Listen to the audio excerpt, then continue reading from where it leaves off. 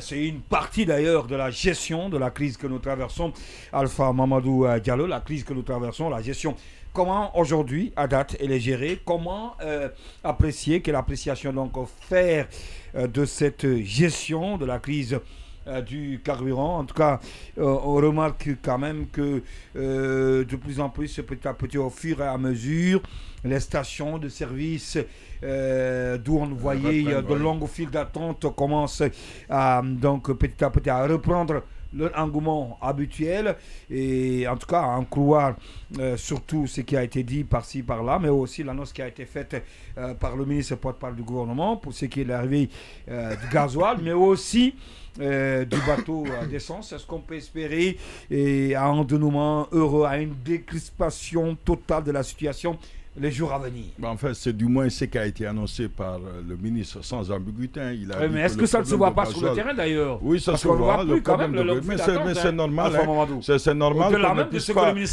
C'est normal qu'on puisse pas. On voit quand même. Écoutez, c'est tout à fait normal qu'on ne puisse pas continuer à rester dans la crise parce que le dépôt a pris feu. C'est normal. C'est l'anticipation, la prise des préoccupations des gouvernants. C'est un peu aussi le rôle du gouvernement. C'est que si moi je pense que le gouvernement a bien géré la crise, je l'avoue, ça c'est mon opinion, mais en réalité ce n'est pas un grand succès, c'est son travail. En principe, il aurait dû le faire, même moi à mon avis, le plus rapidement que possible. Tant mieux, il l'a déjà fait, mais par contre, ce que je viens de faire remarquer, je l'ai en tête, c'est de régler tous les problèmes liés à la crise de carburant. Parce que hier, c'est comme un trophée de guerre qui a été vanté. Le gasoil, c'est fini, c'est derrière nous. L'essence, demain, on va le régler. Si on ne prend pas les mesures, on critique. Non, mais c'est des mesures, normalement. Non, mais je dis, le gouvernement, c'est normal. Hein. Le gouvernement a bien géré. Quand vous regardez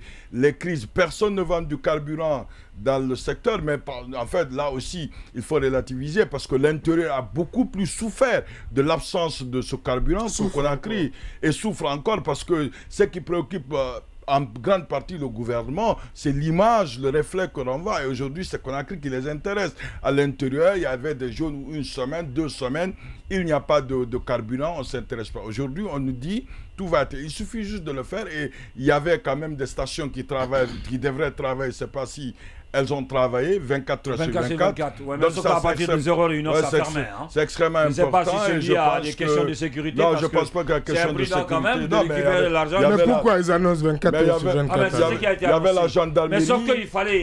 Il y avait la gendarmerie, la police.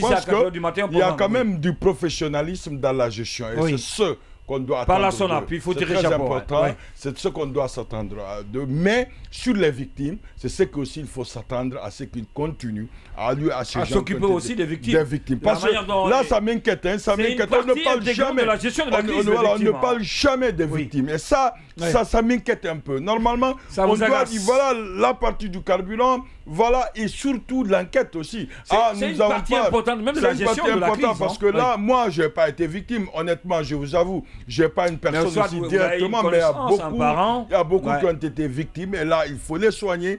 Et d'autres peut-être seront handicapés à vie, d'autres n'ont plus de maison, certains seront handicapés à vie, d'autres n'ont plus de maison, c'est fini, d'autres ne travaillent plus, les bureaux où ils avaient, c'est occupé, ils vont perdre de l'emploi. Donc il faudra quand même avoir du cas par cas, faire des tris et pour pouvoir, disons, honnêtement, régler tout le problème. Nous, on n'est pas là pour que la crise du carburant. La crise du carburant a été réglée en partie sur l'hôtel du chemin par exemple, l'enseignement, c'était normal. On a mis les enfants à la maison, les étudiants à la maison.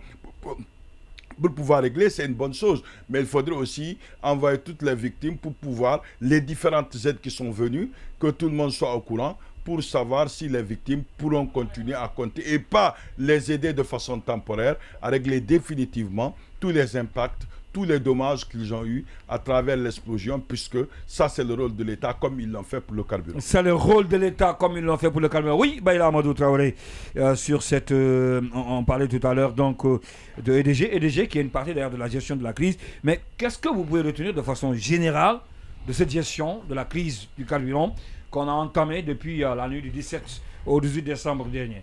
Bon, moi aussi, comme M. Diallo, je pense qu'effectivement, vous savez, c'était c'est une crise inattendue, c'est un accident, donc c'était imprévisible et il fallait du coup agir vite. Parce que c'est un domaine en plus extrêmement sensible, la question du carburant. Donc je pense que, étant donné aussi notre état, parce que ce qu'il faut oublier, c'est que, comme on dit, pour paraphraser une fameuse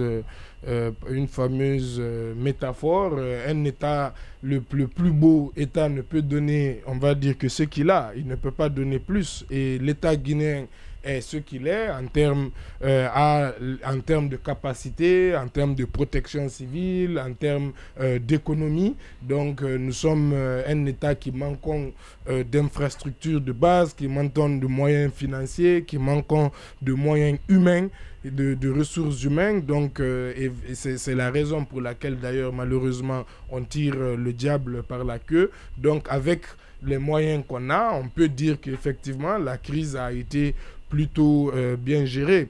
Le seul aspect, moi personnellement, que je critique beaucoup et que je me dis que où le gouvernement a extrêmement péché, c'est dans sa communication. À mon avis, dès le départ, la communication, soit elle était souvent tardive, comme par exemple le premier jour de l'explosion, il a fallu attendre vraiment le petit matin, voire le matin pour avoir le premier communiqué. Dernièrement en date, vous vous rappelez du communiqué concernant l'arrêt des cours qui est arrivé le lundi matin. Vous vous rappelez aussi du fameux communiqué numéro 3 où il y avait eu deux versions quelque part de ce communiqué sur l'une des mesures prises. Et bien entendu, étant donné le contexte dans lequel cet accident est arrivé, c'est-à-dire la restriction des médias et la restriction d'Internet qui n'a pas été levée malgré cet accident, parce que je peux le dire comme ça, parce que moi je m'attendais aussi que peut-être l'une des premières mesures qui aurait pu être prise dès le premier jour ou dès le deuxième jour de cette explosion était la levée de ces restrictions et la réquisition, ou en tout cas pas la réquisition, mais en tout cas la mobilisation des médias pour participer à la réponse, à la riposte, à la sensibilisation dans ce cadre. Donc de ce côté-là, à mon avis, le gouvernement a péché.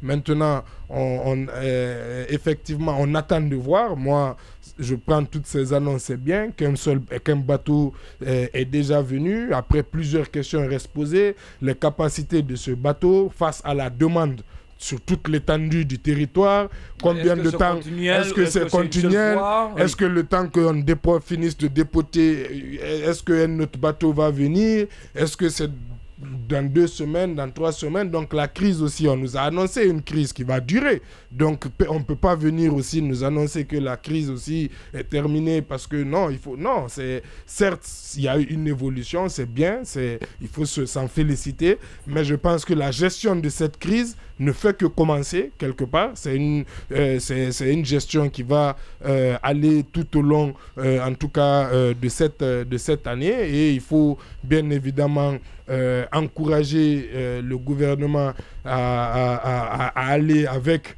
des actions efficaces et une communication efficace, et les citoyens aussi à observer autant que possible une certaine discipline et aussi une certaine solidarité, parce que aussi dans les temps difficiles, dans les temps de crise, il faut aussi éviter de toujours vouloir faire vivre cette maxime qui dit que le bonheur des uns fait le malheur des autres, mais vu que la solidarité aussi est une valeur importante de notre société, il ne faut pas aussi profiter pour spéculer, pour s'enrichir ou pour faire du business, en tout cas au détriment du collectif. Donc voilà un peu. Oui, votre analyse par rapport à la gestion de la